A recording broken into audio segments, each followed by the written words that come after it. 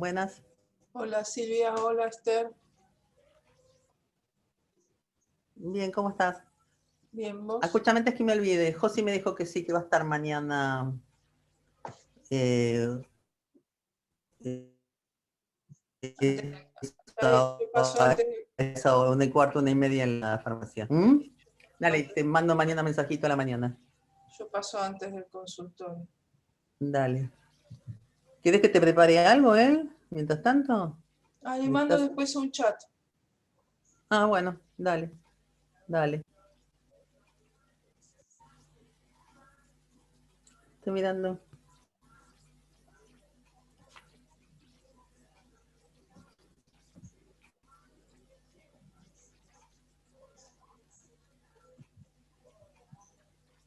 Alex estaba varado en el médico, así que no creo que llegue Oh, con ¿por hoy. él o por... No, ¿Lo puedo olvidar? me parece que está los dos. Ah, bueno. Dos por el precio de uno. Me parece que sí. Ah. Dijo alguna cosa, empezamos a hablar de Alex Yoshua, que en realidad, bueno, también en castellano, de él sí hay un montón de libros traducidos al castellano. Es más, me copié la lista, hay 1, 2, 3, 4, 5, 6, 7, 8, 9, 10, 11, 12, hasta el día de hoy, o por lo menos la lista que estaba, 13 libros de él traducidos al castellano. Más, debo confesar que uno de ellos, yo me hice la promesa de que lo que podía leer en el idioma original iba a leerlo en el idioma original. Eso significa, bueno, leer en castellano, leer en hibrid, y si podía alguno en inglés, que en inglés me cuesta mucho la literatura. El diario lo leo y la literatura me cuesta horrores. Es raro, Pero, justo al revés, porque leer los diarios es bastante complicado en otro idioma. sin embargo, por ahí porque por ahí conozco el tema, o no sé, puede ser por ese lado. En inglés me resulta mucho más fácil leer los diarios, que los leo casi enteros, va, enteros, digamos, entiendo la noticia en general, que lo que sea literatura. La verdad que ahí, es más, Sergio me había prestado el último de Harry Potter en inglés. No, Ajá. se lo devolví después de un capítulo porque no pude pasar, era una tortura leerlo. Pero sí, él me dijo que eran inglés muy difíciles. Yo se Bueno, lo compré pero en inglés porque él me lo pidió en inglés. está Pero bien. me dijo en su momento, él había podido leer, tampoco todo completo, se lo compré, tendría él, no sé, unos 11 o 12 años. Y me dijo que no hace mucho lo leyó en inglés y ahí pudo Mover. entenderlo todo, sí. Ah, En inglés, sí, bueno. Y Darío sabe también, Darío me dijo también, es muy, muy difícil el inglés. Ah, bueno, me deja más tranquila. No, porque aparte mete las palabras de lo que supone, digamos, la jerga que usa especial, o palabras que no Claro, obviamente. existen. Claro. Entonces hay que distinguir entre una y otra. Pero bueno, la verdad que ¿Sabes en qué me hibrid, hiciste acordar? Perdón. sí, Eh, Porque ahora en todo lo que está en Google, si querés te lo traduce al castellano. sí, Pero cuando lo lees en castellano, es muy difícil. sabiendo hibrí, te agarras de la cabeza, porque me acuerdo la primera vez que puse para traducir en castellano, era algo de Bashevis Singer, y decía Bashevis el cantor. Entonces dije, ya está, Sí, basta, nunca más las traducciones. a otras sí me mandaron en hibrid, como que era también era muy cómico la traducción, porque tomó el sentido literal.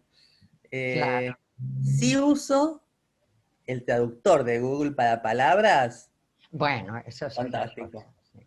fantástico. Bueno, y aparte igual hay como 5, por lo menos 5 diccionarios en línea ahora, así que Sí. lo que no está ahí busco en el Milog y no voy a buscar el diccionario, porque aparte está más actualizado, esa es la verdad. Bueno, esas disquisiciones al margen. Eh, pero bueno, justamente de ellos, a ver, nos sale automáticamente Aleph Bet. Aleph Bet, por las iniciales, en castellano también aparece Ave Yoshua, aunque el nombre es Abraham Gabriel, así que la Bet no sé de dónde salió, pero bueno, sí, Abraham, sí, supongo que será sí, del primer nombre, porque aparece como su nombre literario. Eh, Nació el 9 de diciembre de 1936, vive todavía, así que es un hombre bien grande. Y a diferencia de los que habíamos visto hasta ahora, él, bueno, nació en Jerusalén y viene por el lado del padre, es una antiquísima familia sefaradí que vive de Jerusalén.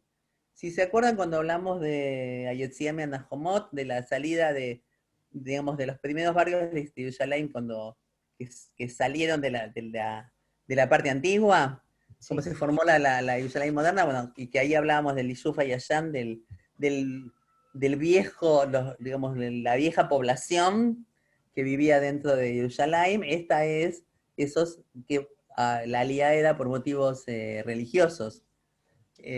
Pero su familia de parte de padre tiene raíces muy antiguas dentro de Jerusalén. De parte de la madre son marrocanos, también religiosos. Su abuelo fue uno de los más importantes directores de Yeshivot en Marrakech. Así que su madre decía que los sefaradí no iba con ella. Ella era marrocana. Entonces ella hablaba, su lengua materna era el francés, no como su padre que era el ladino y el árabe. Eh, pero ahora es algo interesante con lo del árabe. Con lo que él tuvo una educación, dice que nos recreó de grande de que en su familia peleaban por su educación. Porque la madre se acercó bastante, dice, así como era de religiosa, así también era de racionalista. Entonces la mística no le entraba y ella fue la que se empezó a acercar a los judíos sionistas que ya estaban en esa época en Israel. Me encantó el apellido de la madre, Rosalio. Eh, Bien marrocanos. Y creo que decía otra cosa. No, que otra cosa que encontré interesante es que, porque tiene una formación bastante rara en ese sentido, su abuelo, siendo Raf, mandó a su padre, decía, mandó a su hijo, es decir, el padre Sí, del sí. escritor, a que estudie árabe con un sheikh árabe, que no sepa árabe solamente por lo que hablaba con los conductores de los carros, sino que aprendía el árabe como corresponde. Tanto que después trabajó como, no solo como, digamos, fue uno de los orientalistas más reconocidos en Israel, sino que cuando después tuvo el Estado, dirigió un departamento dentro en Israel hay un ministerio de religiones, y dirigía un departamento que tenía que ver con las minorías, precisamente por su conocimiento, tanto del árabe como de los árabes en sí, ¿no? Porque se crió con ellos. Sí. Otro dato también con esto es que obviamente Yoshua estuvo en el sitio de Jerusalén durante el 48, durante la Guerra de la Independencia, cuando sitiaron a la ciudad de Jerusalén, vivía ahí adentro, así que aunque no escribió sobre eso nunca, es parte de su identidad, ¿no? Lo que tenía que ver con eso. Eh, bueno, él después dice que entonces que al final terminó recibiendo una educación laica, sionista y más cercana a la izquierda que después se nota mucho, digamos. Es más, estudió en la gimnasia de Rejavia, es decir, de las más antiguas de la parte nueva. Eh, y cuando le tocó ser biensal, estuvo con los paracaidistas. En general, siempre se dice que los paracaidistas uno elige porque son unidades especiales.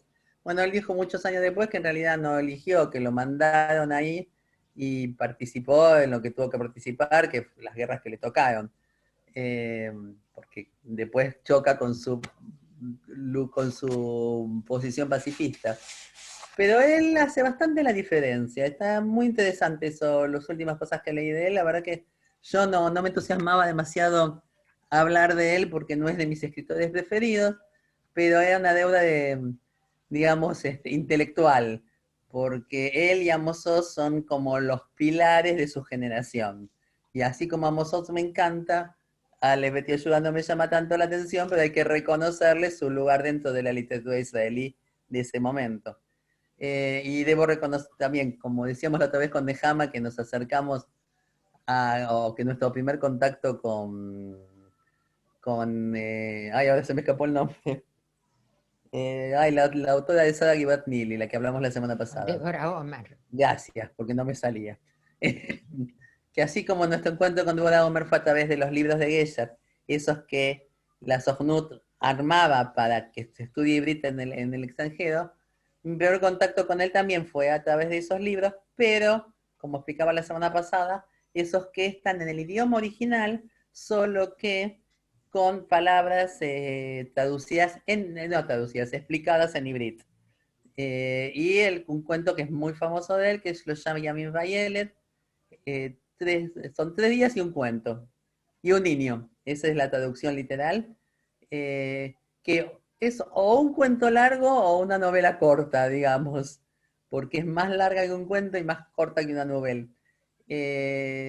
Sobre 3 días que él tiene que el protagonista tiene que cuidar a un chico que no es el hijo de él, en una Yerushalayim de verano, angustiante como siempre que hace mucho calor, y bueno, con una imagen todo el tiempo como muy de mucha frialdad frente al tema, ¿no? Y después debo reconocer que a Meaef lo leí el Amante lo leí en castellano, hace muchos años, y después tengo otro libro del que empecé y nunca lo terminé, que era Moljo, que es Un año en la vida de un viudo reciente, pero que a mí lo que más me interesó del libro fue cómo hace la descripción de la suegra, que la suegra vivía en un Beit Avot, algo que existe en Israel y no existe en otro lado, o por lo menos no sé si ahora empezaron a ver acá, que son edificios de departamentos donde vive gente grande, pero que puede valerse por sí misma, pero necesita ciertos cuidados. Entonces hay médico y enfermera permanente, a algunos les llevan la comida, a algunos no, pero tienen libertad para entrar y salir, digamos, pero hay alguien que los mira todo el tiempo. La verdad que fue lo que más me interesó en el libro. Y nunca lo terminé y después lo busqué la otra vez para ver si lo terminaba y parece que en un acto de desprendimiento lo devolví. Cosa que uno a veces no hace con los libros. Me parece que ese sí lo devolví a quien correspondía. Así que no lo pude encontrar. Eh, bueno, él también escribió obras, muchas de sus obras se adaptaron para televisión y para cine. Pero aparte él escribió obras de teatro también, y también escribió muchísimos ensayos, tanto sobre literatura como desde su posición política. Ahí tiene mucho escrito. Y bueno, hice la cuenta mirando lo que tenía, tiene 12 novelas escritas. La primera es de 1977, que es precisamente El Amante, y la última salió en el año 2018. Así que bien nuevita. Eh, 6 libros de cuentos cortos. El primero en 1963, porque primero empezó con los cuentos y después, muchos años después, empezó a publicar novelas.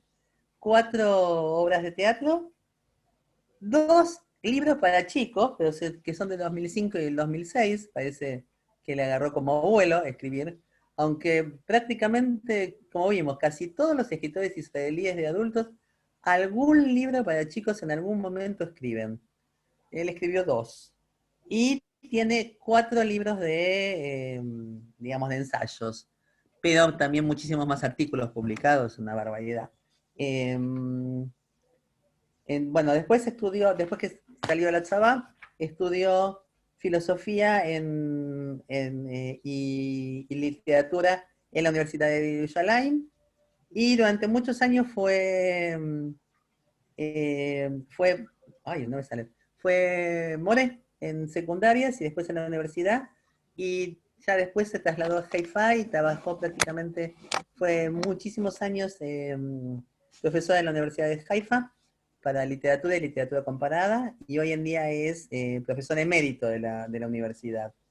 Tiene títulos, se ganó casi todos los premios habidos y por haber.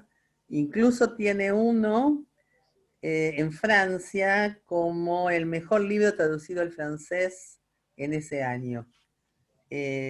También empezó a publicar en el año 57, y entre 1963 y 1967 vivió en París. Bueno, la madre hablaba francés, así que seguramente su lengua madre terminó siendo francés. Y también fue profesor invitado en Harvard en el 77, en Chicago en el 97 y el 98, y después en el año 2000, y en Princeton en el 92. Así que estuvo bastante también afuera, es bastante conocido internacionalmente. Tiene también premios título de honoris causa, profesor honoris causa en montones de universidades.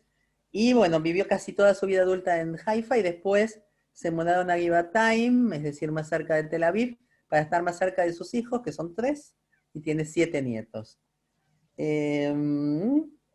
La esposa era psicoanalista y murió en el año 2016. Estuvieron casados casi 60 años. Y le preguntaban cómo hizo para publicar su último libro, porque él no publicaba nada que ella no hubiera, entre comillas, autorizado.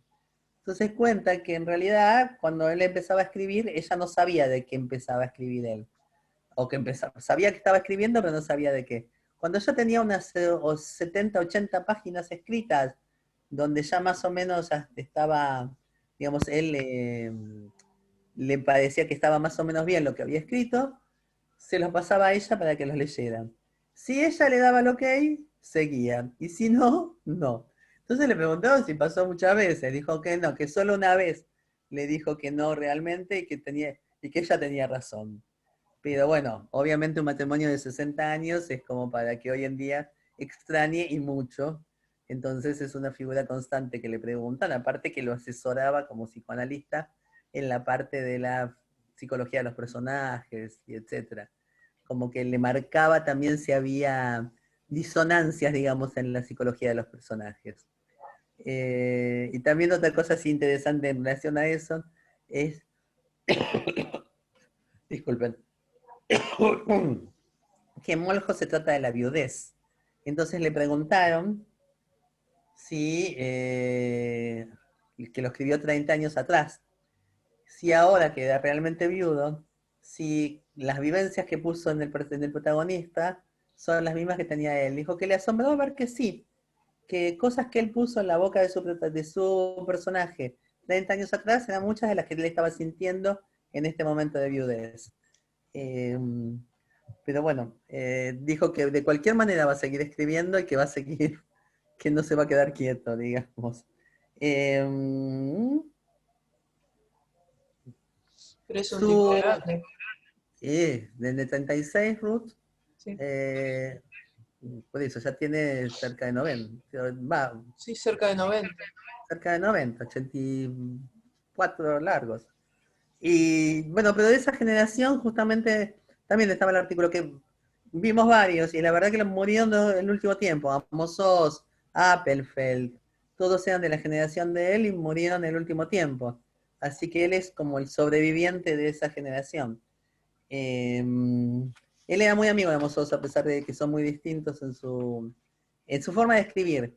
Pero el que dice que le interesaba más siempre, digamos que sus libros lo que intentaban reflejar era la cuestión de la identidad y de lo que lo rodeaba, ¿no? No solo, digamos, más allá de los protagonistas, a él le interesaba reflejar una identidad y un momento.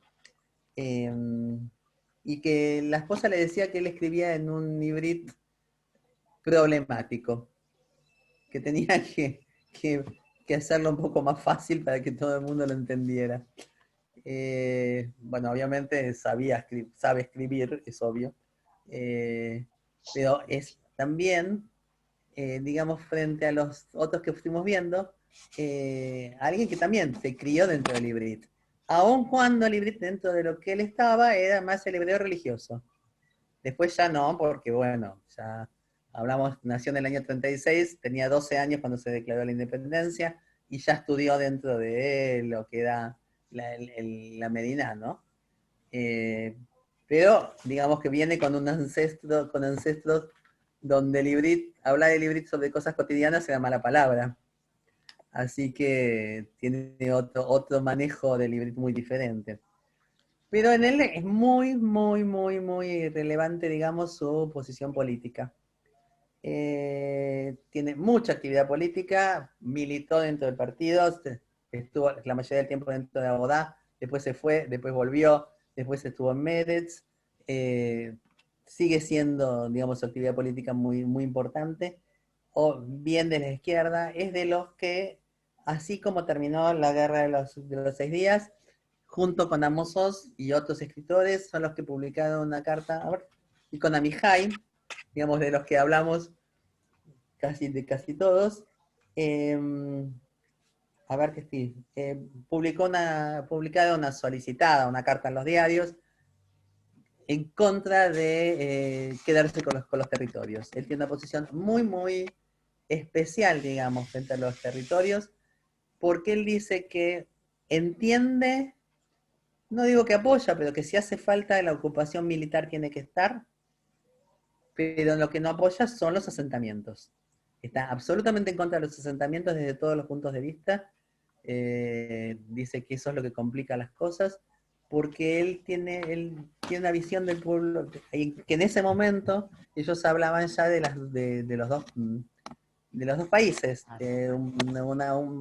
un país judío y un país palestino, que no es lo que sostiene hoy en día. Él dice que eso quedó, está cómico porque dice, bueno, eso era la posición de la izquierda y hoy en día es la de la derecha, porque es la que sostiene Netanyahu, por ejemplo. Y él habla más por ejemplo, de una confederación, porque dice que ya es muy difícil pensar en separar por el tema de los asentamientos. Y precisamente él se crió al lado de los árabes, así que él conoce lo que es el contacto íntimo con los árabes, pero dice que sigue existiendo. Por ejemplo, que le pasó que mientras su esposa estuvo enferma un buen tiempo, y en un momento él estaba todo el tiempo en el hospital y nada, le dijeron que en algún momento tenía que irse a la casa, tenía que descansar. Entonces ahí consiguió una persona que lo ayudara, que consiguió una chica árabe que estaba estudiando enfermería. Entonces ella se quedaba la noche y él le dijo, bueno, yo vuelvo a las 4 de la mañana, ¿cómo te vas a ir? Y le dijo, mi papá me compró un coche. Cuando se lo cuenta al hijo, a su hijo, se lo cuenta, a Lesbeth Yoshua se lo cuenta a su hijo, el hijo le dice, dice, mira, el que me está haciendo el contratista que me está arreglando algo de la casa, le compró un coche a la hija para que pueda ir y venir. ¿Qué se le ocurre a él, por supuesto? Va y le pregunta a la chica, decime, ¿tu apellido es tal? ¿Tu papá hace tal cosa? Sí, le dice. Entonces él lo que muestra es que hay una relación íntima, íntima en el sentido de cotidiana, ¿no? Con los árabes, que es irreemplazable. Dice, el mismo soldado que tiene que dispararle a un árabe en digamos, en los territorios, puede ser que el hermano de ese a quien le disparó sea su chofer de taxi, o sea el albañil que está en la casa, o el mozo que lo atiende en tal lado, o la enfermera que cosa, o médico, digamos, ya no hablemos de los, digamos, de los estratos bajos de los empleos. Hay médicos, hay ingenieros, hay árabes que están trabajando dentro de Israel. Eh, entonces, él dice que esta relación íntima que existe con los árabes no es posible de ser destruida, que está tan imbrincada dentro de la sociedad israelí que él en este momento no hablaría de dos países, hablaría de algo más como lo que era supuestamente el Líbano en su momento, de Estados Confederados, algún tema de doble, digamos, de doble existencia, pero de cualquier manera él es uno de los que dice que saben que uno de los temas jorobados, digamos,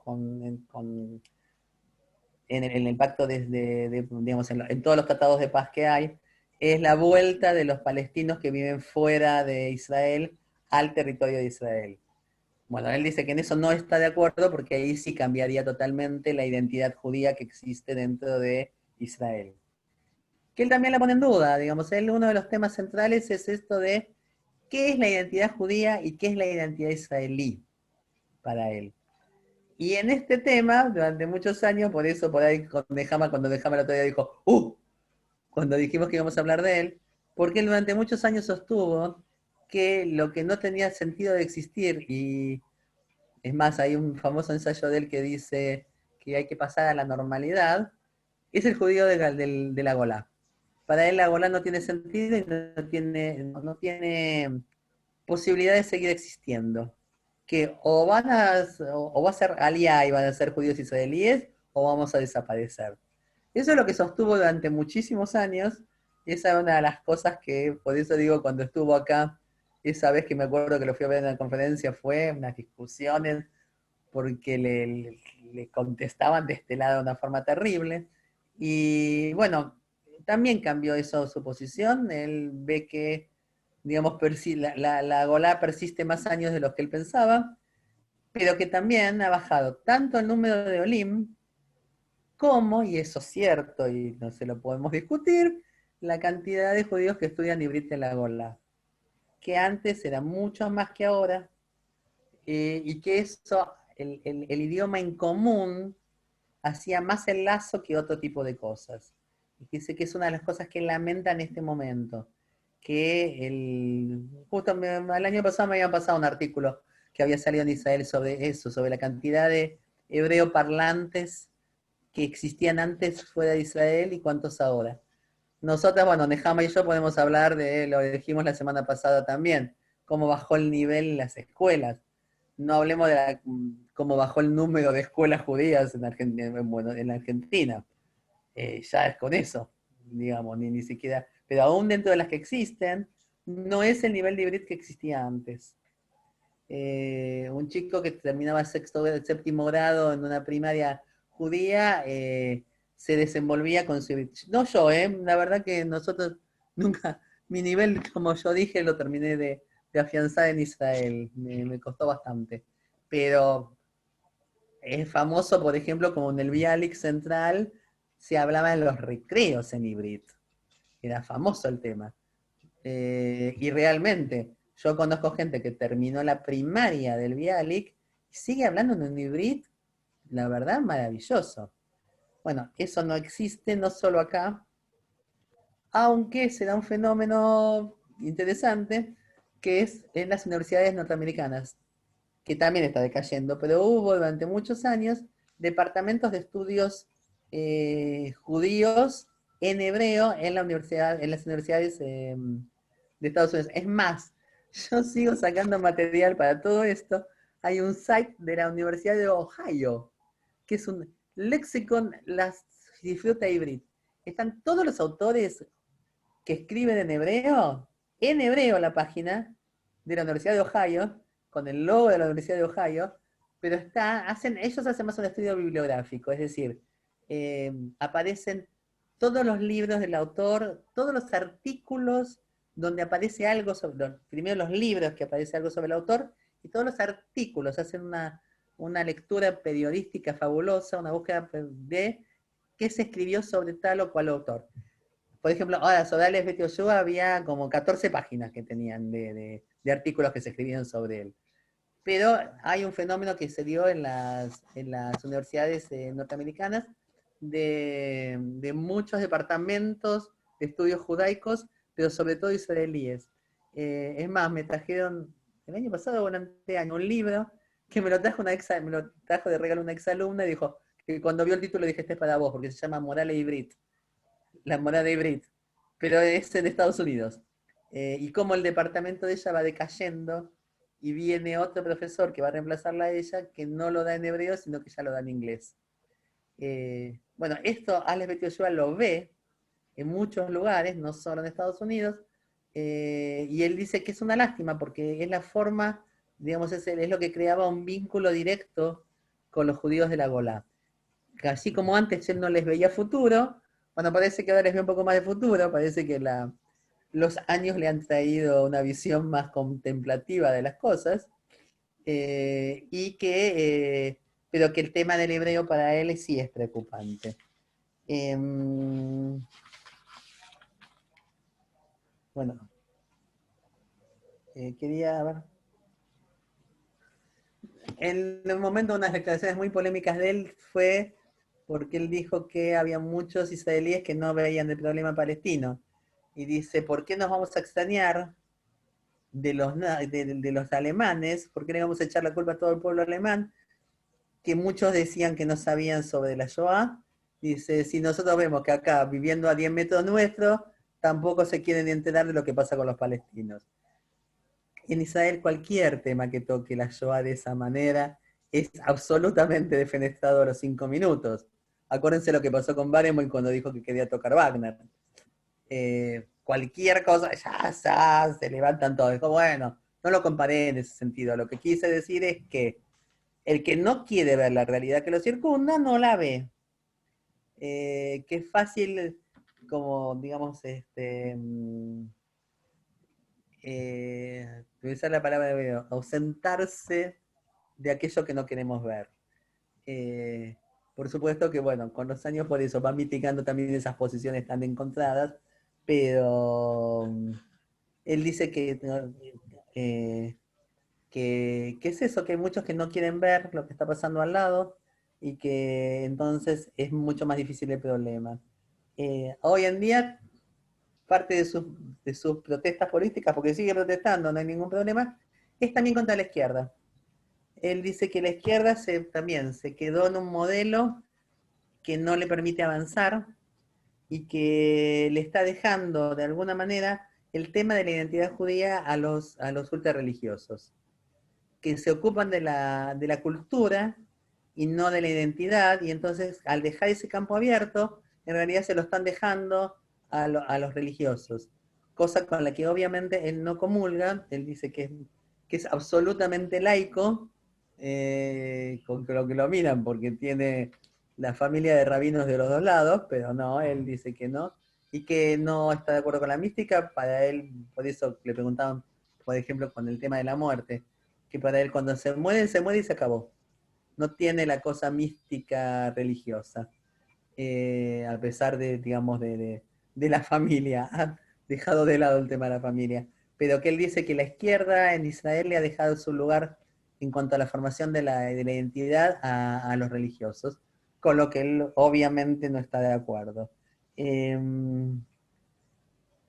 bueno, básicamente es muy polémico por sus posiciones políticas, que ya ven que sigue siendo polémico hoy en día, porque, digamos, le discute a todos, no solo a lo que tradicionalmente él discutía, sino que también ahora también le discute a la izquierda. Es decir, más allá de eso, es un tipo que evoluciona, que no se queda plantado en un solo lugar y piensa que porque lo que dijo en un momento estaba bien, va a seguir siendo. Eh, Obviamente que milita para la paz, está en Shalom Machshav, ni que hablar, pero que bueno, que ve que las realidades son cambiantes y que esas realidades cambiantes hay que adaptar, hay que adaptarse a ellas. Eh, si bien a mí me costó, reconozco que me costó leer los libros de él, pero escribe muy bien, obviamente literariamente escribe muy lindo. Eh, y por ejemplo, el primero que es Shloshayam Israel, es del cuento largo este de los 3 días y un niño, eh, es pesado porque tiene que ser pesado. A ver si se entiende. Lo que él intenta transmitir es eso que le resultaba pesado a él. Y eso es lo que transmite el libro. Cuesta leerlo porque al protagonista le está costando vivir eso. Y lo que él nos quiere transmitir es cómo le costó al protagonista vivir eso. Y hace un uso del paisaje que, eh, saben, digamos, Yerushalayim es verde a la fuerza, porque se le pone el agua al canterito, porque si no es desierto de desierto. Y entonces él transmite esta cosa de desierto y de esa cosa pesada del Hamsin, que para el que estuvo en Israel sabe lo que es pasar un Hamsin. Nosotros decían que mientras haya Hamsin no hay que discutir con nadie, porque seguramente le vas a decir de todo, más de lo que pensabas. Y esta cosa de pesadez del Hamsin la transmite a través de la prosa, con lo que ahora reconozco más, digamos, lo que él hizo que cuando lo leí en su momento. Eh, pero tiene una prosa, bueno, muy aceitada, muy precisa, pero precisamente, digo, de los escritores que veníamos viendo últimamente, es de los pocos que se crió dentro de eso, del hebreo. A mí siempre me asombra y sigo diciendo, como un escritor como Appelfeld, que llega a Israel a los 15, 20 años, llega a un dominio del idioma al que llega, no siendo su lengua materna. Nosotros a veces hasta no es lengua materna no la manejamos de esa manera, entonces adquirirla de esa forma a mí me sigue pareciendo un trabajo faraónico. Y bueno, pero él ya, este sí es un escritor que sí se crió dentro de esa cultura. Entonces ya tiene otro manejo del hebreo. Bueno, esto era básicamente, miro a ver si me olvidé de algo, de lo que puse.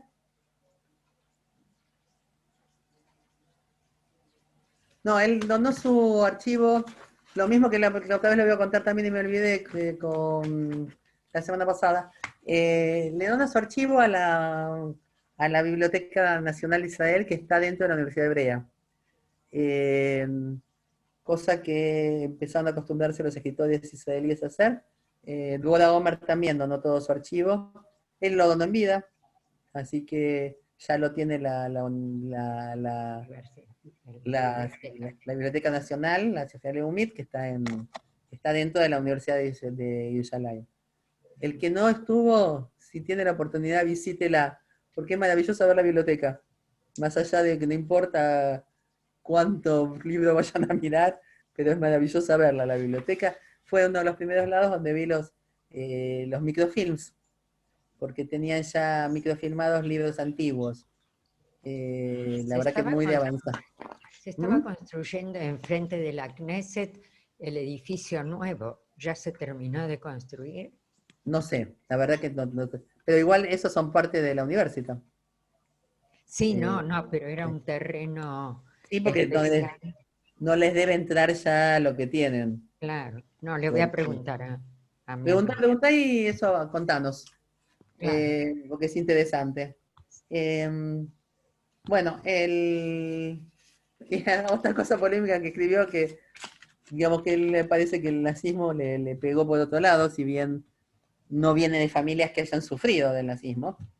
Justamente esto es lo que tenemos diferente con los otros que vimos, que la mayoría tenían de alguna manera, como venían de la parte ashkenazí, o ellos o sus familias o sus familiares más lejanos de alguna manera sufrieron del nazismo. Él no, porque viene del otro lado, así que no está involucrado familiarmente con el tema, eh, pero dice que algo debemos tener los judíos. Me hacía recordar un chiste, había un chiste que me había llegado el año pasado que decía que de la madre, la Yiddish Shemame polaca, porque antes de Yom Kippur, que decía, piense por qué me enojé qué hicieron ustedes para hacerme enojar a mí. No que ella estaba mal, sino que, ¿qué hicieron? Bueno, más o menos lo mismo. Le dice, ¿qué tendremos los judíos que despertamos tanto odio? Porque él dice que lo que sienten, obviamente, por eso, ahí pone al nazismo, y pone también en el mismo plano a los ataques, digamos, a los ataques terroristas de los palestinos. ¿Qué tenemos nosotros como judíos? ¿Qué hacemos nosotros como judíos para despertar ese odio tan grande en estos pueblos?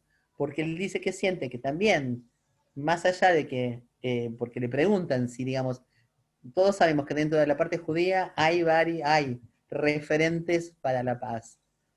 Le pregunta si hay referentes para la paz en el campo palestino. Él dice que hay, pero pocos. Destaca a Abu Mazer como que Abu Mazer está exigido a hacer de alguna manera la paz y que en realidad hay un trabajo conjunto con Abu Mazer sobre la seguridad, que en realidad hay menos atentados también porque también del lado palestino se los sofoca. Pero que en otros ve que es un odio que va más allá del tema de la ocupación, que va más allá de la guerra en sí. Dice, bueno, obviamente, si hubiéramos ido a invadir a los suecos y decirle que nosotros vamos a ir ahí porque hace 2000 años que estábamos ahí, obviamente que los suecos se van a poner en contra nuestro. Pero dice acá, siente que en algunos casos es como, va más allá todavía de eso, como que es un odio visceral, y que algo debemos hacer los judíos para provocar ese odio visceral. Bueno, la posición de él. Yo no digo que sea lo correcto, es lo que él dice. Eh, y que la verdad que me pareció interesante eso que decía de los palestinos en ese sentido, de que sí hay referentes, pero que son más difíciles, todos sabemos que son más difíciles de encontrar. Había algo más que quería decir que se me escapó ahora, a ver si me sale, si me acuerdo. De cualquier manera sus libros tienen un tomo, tienen alguna forma, un humor, eh, pero que siempre para despertar el pensamiento de quienes lo leen, ¿no? Digamos, como una cosa irónica, ese humor que él despliega. Eh, bueno, nada, ¿hay algo más que quería decir de eso? Con respecto a la posición con los árabes. Eh, pero bueno, se me escapó. A ver si, miro un poco a ver si me acuerdo. Eh,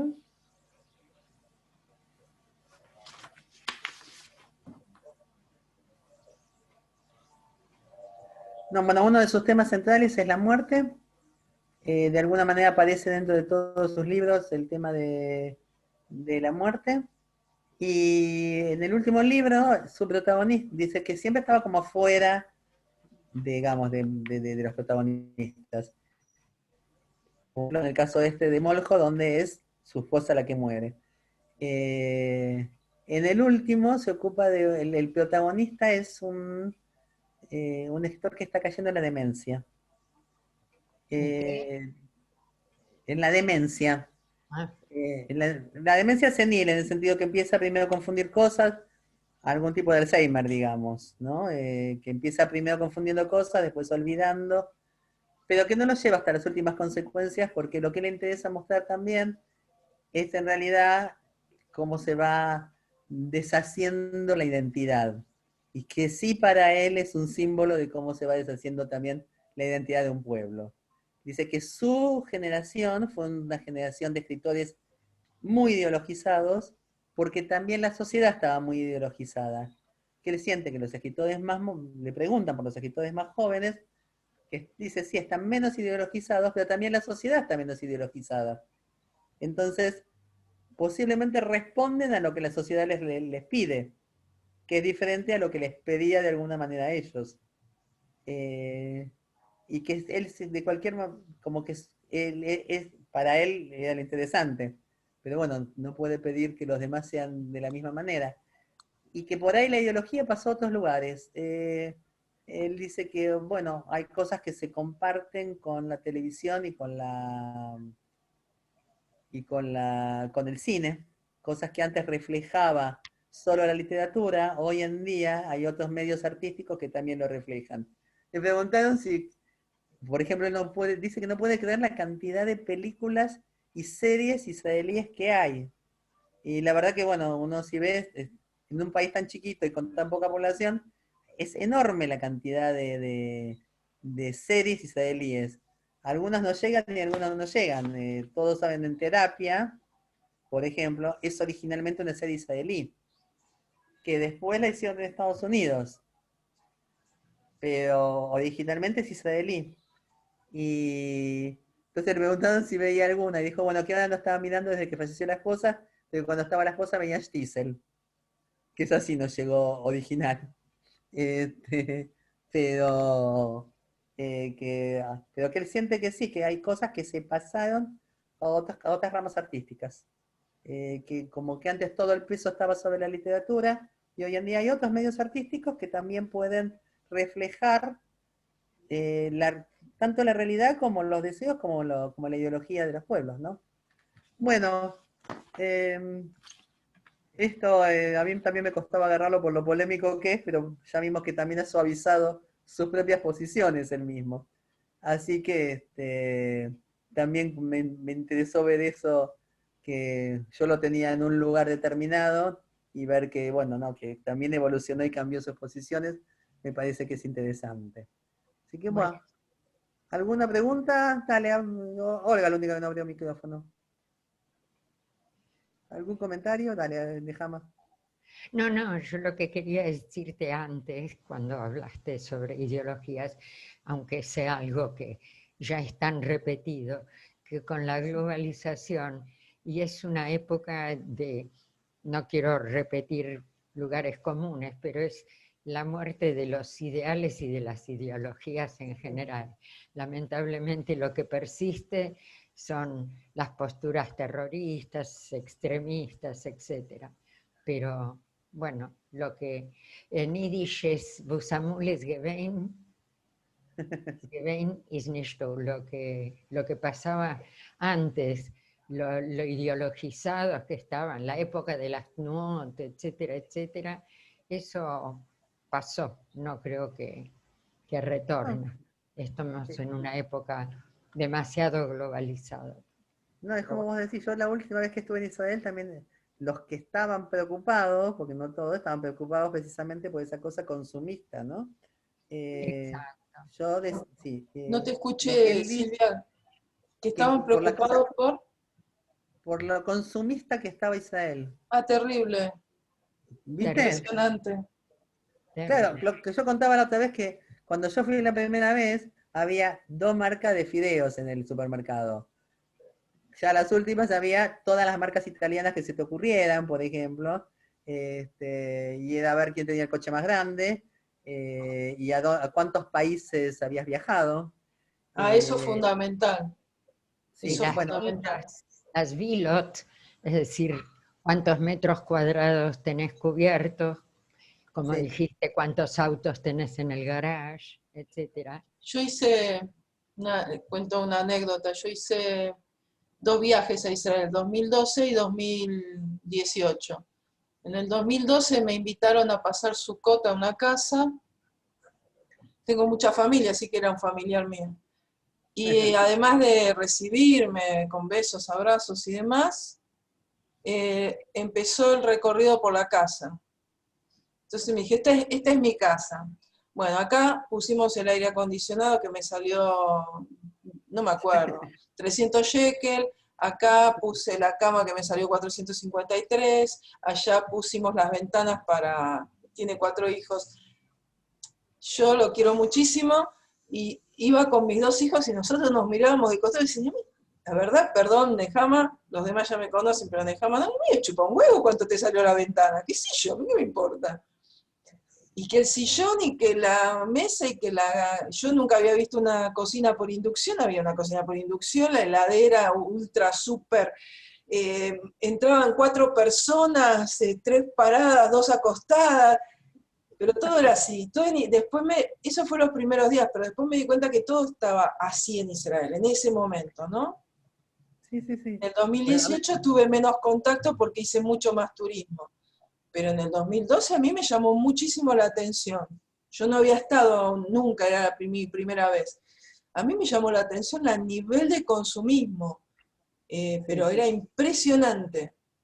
Pero te voy a decir, nosotros estuvimos también después de la guerra de los 6 días y bueno, por mi marido nos acompañaban algunos shlichim de la Sochnut y uno de los comentarios que yo en ese momento no le di importancia, pero como diciendo que el asunto de haber ganado... Sí, pero hay un montón, publicados en España, sobre todo Alfaguara y Ciruela. Pero fíjate lo que encontrás en PDF. El amante debe estar, porque es uno de los más viejos, y es la novela más vieja de él, y debe estar en PDF para bajárselo de algún lado. Si lo encontrás, avisa. Si lo encuentro, te lo paso. Lo que encuentro, Dale. Abrazo. Chao. Gracias, Igualmente. Silvia. No, Gracias, por favor. Silvia. Buenas Gracias por tardes. escucharme. Gracias. Gracias, Nehama. Chao. Chao, hasta luego. Chao.